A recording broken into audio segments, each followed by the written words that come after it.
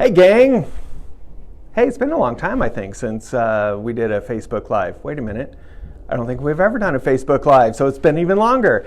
My name's Jim Reineke, for those of you who I have not yet had the pleasure of meeting, and I am the leader of Boom. And you might be one, like that one. I don't even know if you could hear that. There was a boom at that moment, divine intervention, I think. But this little segment that we'll start doing periodically, maybe 1 or 2 times a month, it's called Things That Make You Go Boom. And in the regard that we're talking the business world. Because this little live stream is designed for anyone, because it will bring helpful tips and hints for living your life to the fullest, becoming the best version of you that you can be. But we're also going to be focusing an awful lot on businesses and helping businesses get to where they want to go. Especially in the last year. I don't even have to bring up what's been happening there. You know what I'm talking about. But in the last year especially, businesses have either been booming or they've not.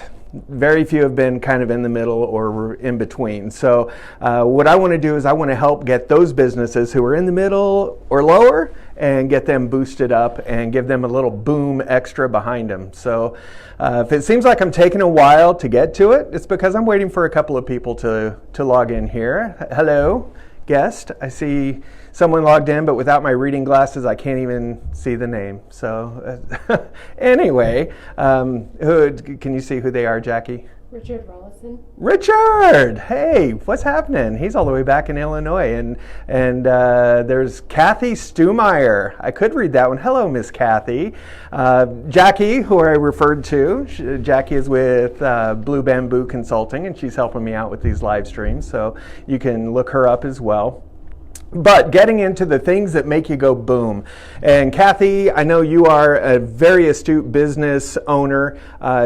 Please chime in to the comments if you feel like you want to add anything to it, because I really value your advice and opinions as well. I don't want to give up too much, but I think I've known Kathy since I was about this tall. So excellent. And Richard Rollinson too. All right. So things that make you go boom, that's what this whole series is going to be about. But I wanted to start off with a story. The title of this is Lessons I Learned from Crashing a Motorcycle. Now, I've crashed a couple in my life, mostly in my younger days. But as of this recording and this live stream, I crashed my motorcycle 2 days ago as well. I'm okay, nothing broken, I can move, have a few bumps and bruises. But I wanted to tell you this story. I was invited out to ride around beautiful Lake Coeur d'Alene, Idaho by a business friend last week. And I was so excited to go because I've wanted to make that trip. I think I rode a total of about 120 miles that day. But it's a twisty, turny kind of route, lots to see, beautiful scenery. And so I was so excited to go on this trip. Well, there were, I think, 20, 25 bikes involved in this trip, and I was kind of middle of the pack. Well, on the east side of the lake, for those of you who have been there, you know that is the really twisty part. And it's just stunningly beautiful with views of the lakes as you come around different turns. And that's the longest part of the ride, which we all made it through beautifully. And then on the west side is just a pretty much straight shot all the way back up to Coeur d'Alene and Post Falls, Idaho.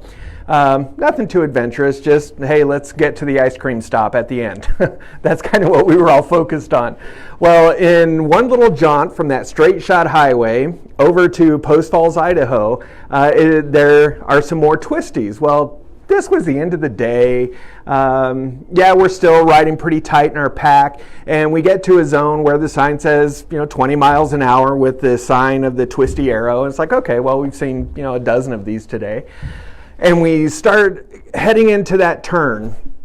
Well, for some reason, just as I've taken a turn like that hundreds of times in my life, as I'm starting to head around this turn, I see a car coming from the other direction, and it took my focus off of what I was doing for just that long. That long. And by the time I looked at that car to assess what it was doing and make sure it wasn't coming into my lane, and then looking back up, again, that long, all I could do was focus on all the loose gravel that I saw on the edge of the turn.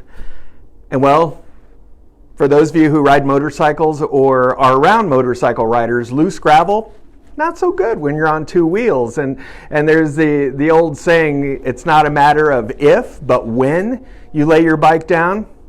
Well, this was the when.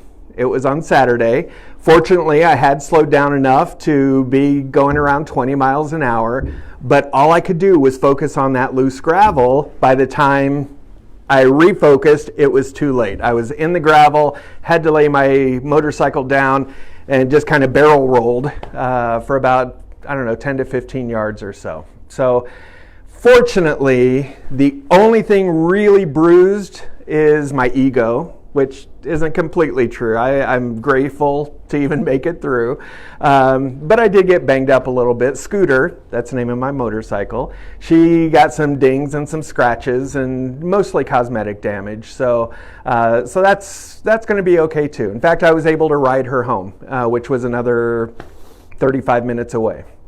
So all is good there. Well, the reason I wanted to share that story with you today is because over the weekend I had a lot of contemplation time to relive and rethink, and I did get it on GoPro because I was filming it, so stay tuned. Maybe I'll post that on my personal page. Not for the faint of heart, but I was contemplating it over the weekend and thinking about all that I did. Did I lose focus? Did I concentrate in the wrong area? Should I have been paying attention? Should I have been going slower? Just reevaluating, trying to figure out what I could do better next time to avoid that situation. And unfortunately, it was all me. I have to admit it. I'll raise my hand. I did lose focus for that long. And the reason I wanted to bring that up today is because it dawned on me that a lot of the clients that I help through coaching, a lot of the people that I help with life coaching, business coaching, with all of it, oftentimes where things start going stray is when they lose focus, even for that long. And correlating that with this trip, things were smooth. Things were great. I'm a very confident rider. I'm a solid rider. But I did lose the focus. And it was at that point when I got off the beaten path of the thing that I knew, the thing that I was comfortable with is that pavement, and I got into that loose gravel, that soft gravel. That's when things went a little bit crazy. And like business owners, you may be on that hard, smooth path and feeling confident, feeling comfortable, but when you get off into that soft gravel, it's real easy to lose your grip. It's real easy for you to slide sideways. It's real easy to get caught up in all that loose mess that's happening around you, and it won't be long before you go down. Now, the saving grace for me, one of them, was that I was riding with a group of people who quickly responded. They were there. They were there to make sure I was okay. They were there to make sure I was all right. I was beat up enough and sore enough that I would have had a really difficult time lifting my motorcycle back off the ground if I could have even done it at that point.